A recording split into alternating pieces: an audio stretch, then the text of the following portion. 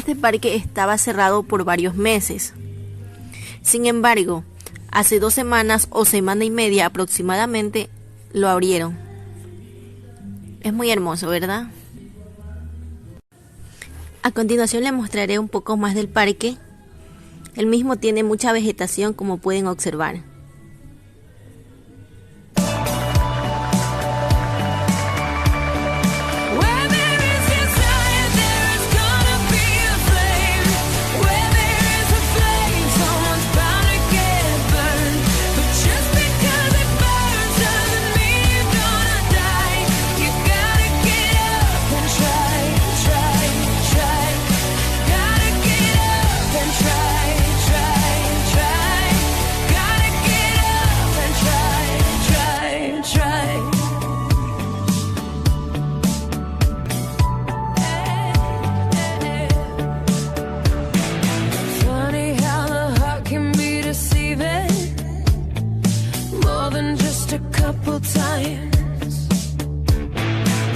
Why do we fall in love so easy, even when it's not right?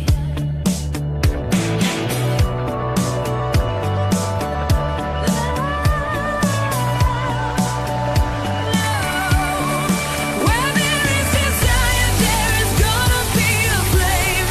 Where there is a flame, someone's bound to get burned. But just because it burns doesn't mean you're gonna die. You gotta get up and try, try, try. Gotta get up and try, try, try. You gotta get up and try, try, try.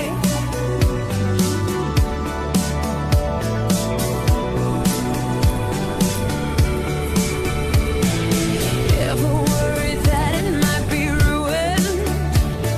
And does it make you wanna cry? When you're out there doing what you're doing, are you just getting by? Tell me